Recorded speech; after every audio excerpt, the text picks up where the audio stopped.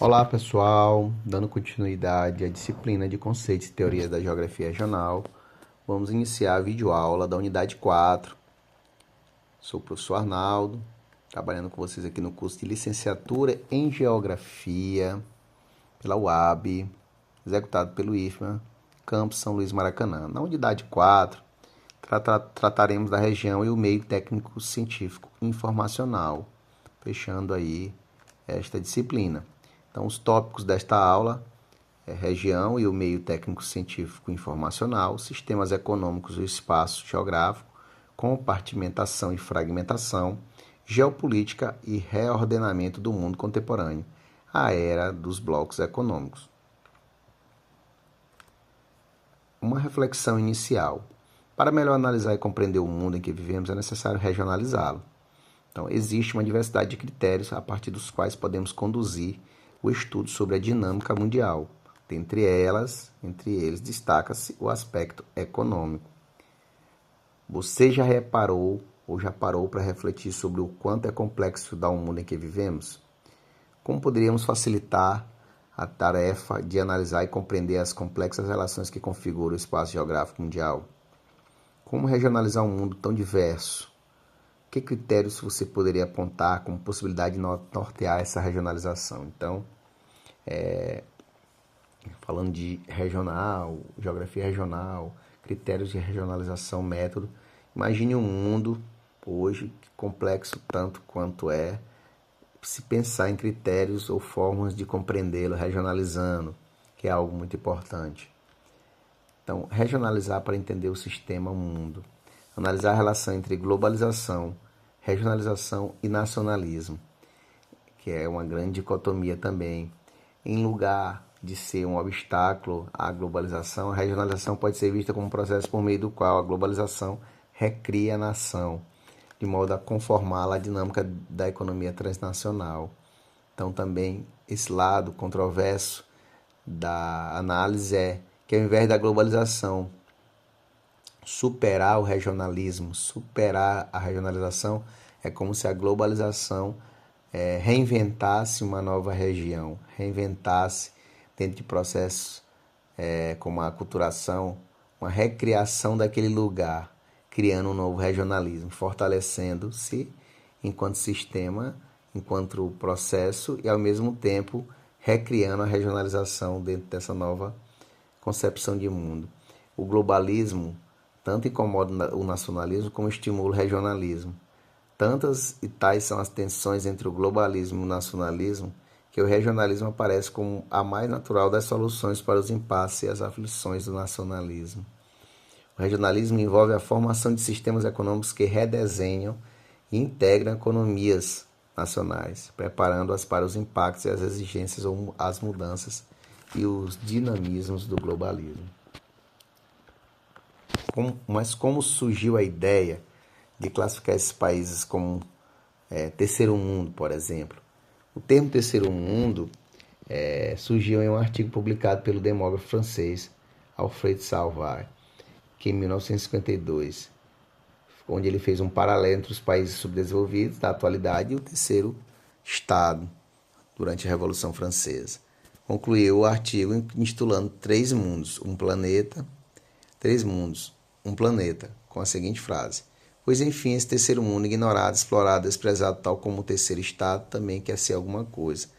Parafraseou a afirmação do Abad, político francês simpatizante do movimento revolucionário em 1789, ao referir-se aos deputados eleitos pela burguesia e pelos camponeses que tiveram um papel fundamental nos primeiros tempos de Revolução Francesa. Chamou-os de terceiro estado, em contraposição à nobreza, primeiro estado, e ao clero, segundo estado. A expressão terceiro mundo passou a ser utilizada pejorativamente como subdesenvolvimento. O termo primeiro mundo, por sua vez, passou a identificar os países considerados desenvolvidos. Um só espaço, múltiplas regiões, primeiro, segundo e terceiro mundo. Após a Segunda Guerra Mundial, entre 1939 e 1945, o mundo passou a ser controlado pelos dois países antagônicos, né? Estados Unidos, com seu regime socioeconômico capitalista, e a ex-União Soviética, de regime socialista. A regionalização do mundo a partir de então foi estabelecida segundo a área de influência socioeconômica das duas potências. Desse modo, tem-se a classificação dos países em três mundos. O primeiro mundo, composto dos países capitalistas centrais, e o segundo, englobando os países de economia socialista. Já o terceiro era formado pelos países capitalistas subdesenvolvidos, situados principalmente nos continentes africano, asiático e latino-americano.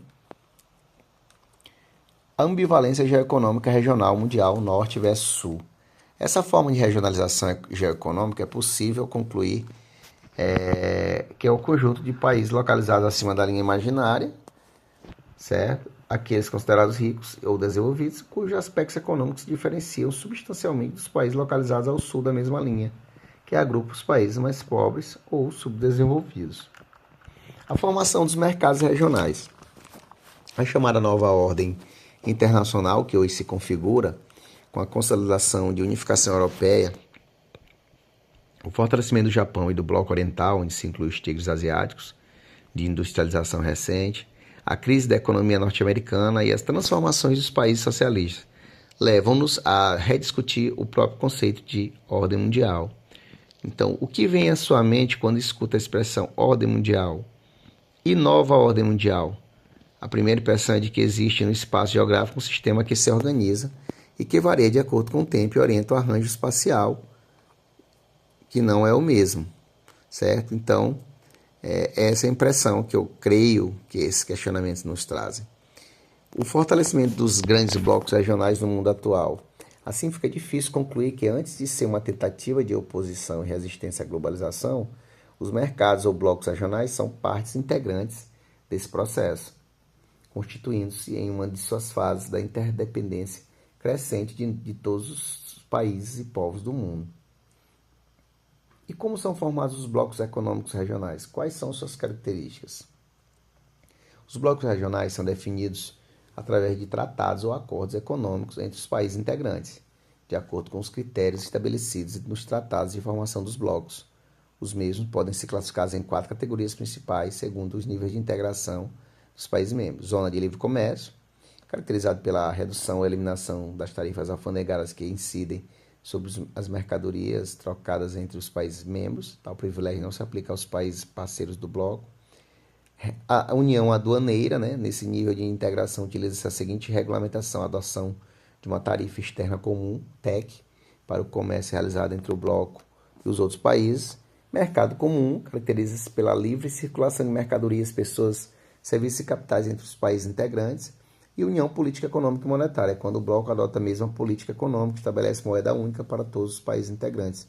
E esse estágio é considerado o modelo de integração mais avançado e complexo entre os blocos. A União Europeia, por exemplo, a União Europeia é a iniciativa de maior sucesso entre os blocos econômicos. Começou como mera entidade econômica setorial, a CECA, a Comunidade Europeia do Carvão e do Aço, e se expandiu por toda a economia como Comunidade Econômica Europeia até atingir a atual configuração, que se incorpora ainda uma forte dimensão política institucional. A União Europeia é o único bloco econômico que alcançou todas as 4 fases de integração vistas anteriormente. Na atualidade, a União Europeia pode ser entendida como uma parceria econômica e política entre 27 países europeus democráticos, que continuam mantendo como objetivos paz, prosperidade e liberdade para os seus 498 milhões de cidadãos aproximadamente num mundo mais justo e mais seguro.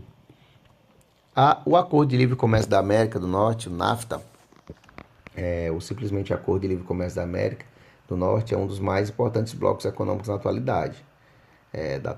Esse conjunto regional surgiu em 1988, quando os Estados Unidos e o Canadá assinaram um acordo para criar uma zona de livre comércio entre os dois países. Somente em 1993 o México ingressou no grupo e em 1º de janeiro de 1994 o NAFTA foi oficialmente instituído. Se você comparar com os outros níveis de integração, perceberá que, considerando a integração econômica entre os seus membros, o mesmo é bastante limitado, pois está restrito ao aspecto comercial. Simplificando, podemos afirmar que o objetivo é ampliar os horizontes de mercado dos países membros e maximizar a produtividade interna. A cooperação econômica da Ásia e do Pacífico, a APEC, é um dos mercados regionais econômicos mais fortes da atualidade. É a cooperação econômica da Ásia e do Pacífico. A PEC originou-se em 1993 e é uma zona de livre comércio com uma característica bem peculiar. Abriga países muito distintos do ponto de vista de desenvolvimento econômico, exemplo dos Estados Unidos e do Peru.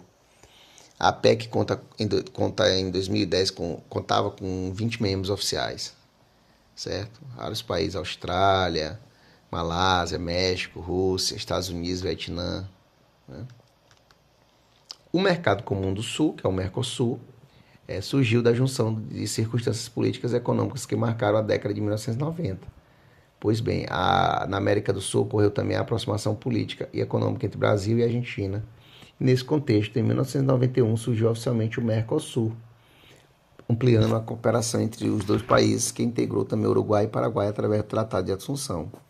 O projeto de integração do Mercado Comum do Sul previu duas fases. Nasceu como uma zona de livre comércio e alcançou o nível de união aduaneira. Então pode perceber que o Mercosul é mais complexo que o NAFTA e menor integrado que a União Europeia. E é aqui que nós estamos, né, no Mercosul. A Comunidade Andina, o Pacto Andino, que é o CAN, né, também envolve países da América do Sul. O pacto é uma área de livre comércio formada por Bolívia, Colômbia, Equador, Peru, Argentina.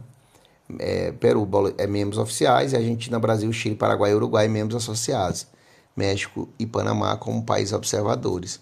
O fato curioso é que o Pacto Andino tem sua origem em 1969, portanto anterior à tendência internacional de associações comerciais. Entretanto, esse conjunto regional nunca alcançou grande visibilidade política e econômica, né? Salientando-se que um dos objetivos do bloco é a integração regional, né, integral da América do Sul, e em 2004 assinou com o Mercosul um acordo de cooperação econômica. Já a Comunidade dos Estados Independentes, a CEI, formou-se após o fim do regime socialista no leste europeu e perto da Ásia, onde nações saíram desse sistema e procuraram se integrar economicamente como forma de enfrentar os desafios e problemas advindos da transição para o capitalismo. Oficialmente, 12 dos 15 estados que compunham a ex-União Soviética integraram a CEI. As únicas exceções foram Letônia, Estônia e Lituânia. Turcomenistão deixou o bloco e assumiu a condição de membro associado, e a Geórgia também abandonou o grupo. Apesar dos países da CEI preservarem sua autonomia política, a comunidade enfrenta muitos problemas, especialmente as questões ligadas ao separatismo. Entretanto, o bloco vem se organizando no sentido de consolidar-se no cenário internacional. Seus atuais membros são Rússia, Belarus, Ucrânia, Tajiquistão, Uzbequistão e outros. A SADC, né, que é uma comunidade de desenvolvimento da África do Sul, no continente africano, também se destaca por algumas iniciativas de integração regional. Um dos blocos econômicos africanos de maior destaque, né, é este, Unidade da África Austral, que também tem o objetivo de integração comercial. Sua organização teve início em 1980. Atualmente os estados são vários, né? Angola, República Democrática do Congo, Madagascar, Zâmbia, dentre outros. Aí o mapa que mostra aí os países que fazem parte desse bloco. E aí, continuando a sua viagem, eu deixo um artigo sobre o conceito de meio técnico científico informacional em Milton Santos, importante leitura, um vídeo sobre a crise do mundo socialista e uma música Crise Mundial. Certo? Pessoal, finalizamos aqui a aula da unidade 4 e espero que vocês estudem, aprofundem seus estudos e façam boas avaliações. Até a próxima.